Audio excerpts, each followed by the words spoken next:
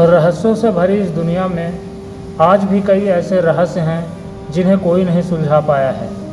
क्या आप जानते हैं कि जिस बनारस को हिंदू धर्म का सबसे पवित्र स्थान माना जाता है, उसी बनारस में वेश्याएं लोगों की मौत पर नृत्य करती हैं।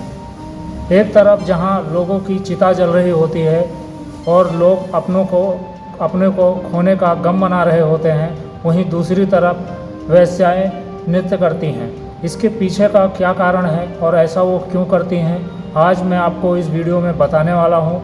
अंत तक बने रहें, स्किप ना करें, तभी समझ में आएगा। दरअसल काशी के मणिकर्णिका घाट पर हर साल चैत्र नवरात्र की सप्तमी महाशमशान महोत्सव मनाया जाता है। मान्यता है कि इस दिन काशी के राजा भगवान शिव अदृश्य रूप में इस पूरे महोत्सव में शामिल होते हैं और तब इस घाट में वेश्याएं बेहिचक नृत्य करती हैं।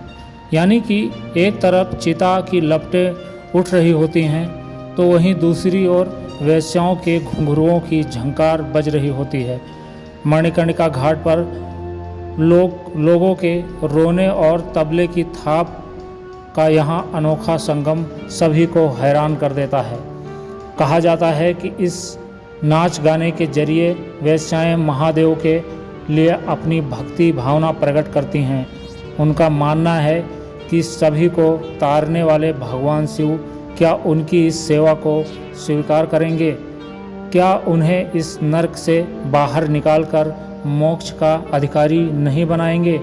अब सोचने वाली बात यह है कि इस घाट पर ये परंपरा किसने और क्यों शुरू की। आखिर कौन था वो जिसने पहली बार इन्हें मणिकर्णिका घाट पर नाचने के लिए बुलाया था। ये तो बात है 15वीं शताब्दी की। उस समय राजा मान सिंह आमेर के राजा हुआ करते थे और अकबर के 9 रत्नों में से एक माने जाते थे। उस समय उन्होंने शिव जी के मंदिर का जीर्णोद्धार कराया, यानी कि उसकी मरम्मत वगैरह कराकर उसे फिर से एक खूबसूरत मंदिर करा दिया था। रीति रिवाज के अनुसार मंदिर के जीर्णोद्धार के बाद राजा मान सिंह ने मंगल उत्सव भी कराना चाहा थे। इसके लिए उन्होंने नगर के बेहतरीन संगीत और नृत्य कलाकारों को वहां आमंत्रित किया, लेकिन किसी भी कलाकार की उस घाट पर आने की हिम्मत नहीं हुई। मान सिंह का मन दुखी हो गया और वो बिना उत्सव मनाए वापस दिल्ली जाने की तैयारी करने लगे। ये बात जब नगर के वेश्याओं को पता चली तो उन लोगों के आपस में बात करके राजा साहब को एक पत्र भेजा, जिसमें लिखा था, अगर आपको सही लगे तो हम वेश्याएं वहां आकर नृत्य कर सकती हैं। ये हमारे लिए सौभाग्य की बात होगी।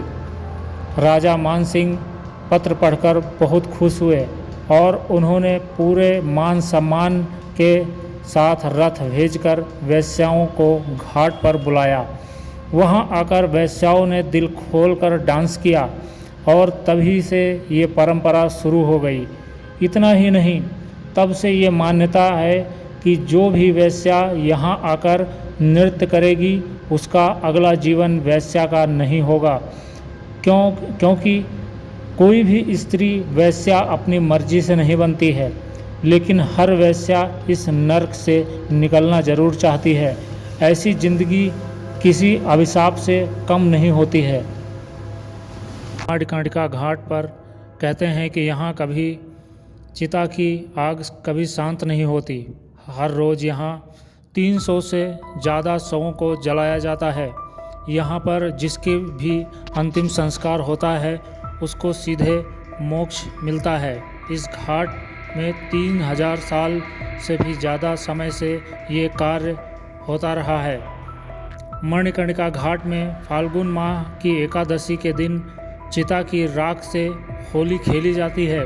कहते हैं कि इस दिन शिव के रूप में विश्वनाथ बाबा अपनी पत्नी पार्वती जी का गौना कराकर अपने देश लौटे थे।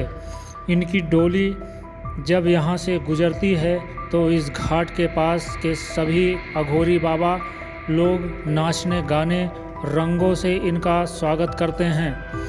यहाँ कहते हैं कि यहाँ पर माता सती के कान का कुंडल गिरा था, इसलिए इसका नाम मणिकर्णिका घाट पड़ा। यह भी कहा जाता है कि एकाएक समय भगवान शिव हजारों वर्षों से योग निद्रा में थे। तब विष्णु जी ने अपने चक्र से एक कुंड को बनाया था, जहां भगवान शिव ने तपस्या से उठने के बाद स्नान किया था और उस स्नान पर उनके कान का कुंडल खो गया था, जो आज तक नहीं मिला। तब से ही उस कुंड का नाम मणिकर्णिका घाट पड़ गया। काशी खंड के अनुसार गंगा अवतरण से पहले इसका अस्तित्व है।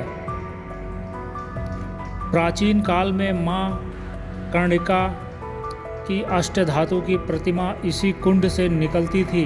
कहते हैं कि यह प्रतिमा वर्ष भर ब्रह्मनाल स्थित मंदिर में विराजमान रहती थी, परंतु अक्षय तृतीया को सवारी निकालकर पूजन दर्शन के लिए प्रतिमा कुंड में स्थित 10 फीट ऊंचे पीपल के आसन पर विराजमान कराई जाती है। इस दौरान कुंड का जल सिद्ध हो जाता है, जहां स्नान करने से मुक्ति मिलती है। यहाँ पर 100 से पूछते हैं क्या उसने शिव का कान कुंडल देखा। ऐसा भी माना जाता है कि जब भी यहाँ जिसका दाह संस्कार किया जाता है, अग्नि दाह से पूर्व उससे पूछा जाता है क्या उसने भगवान शिव के कान का कुंडल देखा है। यहाँ भगवान शिव अपने अघोर स्वरूप में सदैव ही निवास करते हैं। दोस्तों, अगर वीडियो पसंद आई हो तो चैनल को सब्सक्राइब ज़रूर करें और वीडियो को लाइक करें और कमेंट में हर हर महादेव ज़रूर लिखें।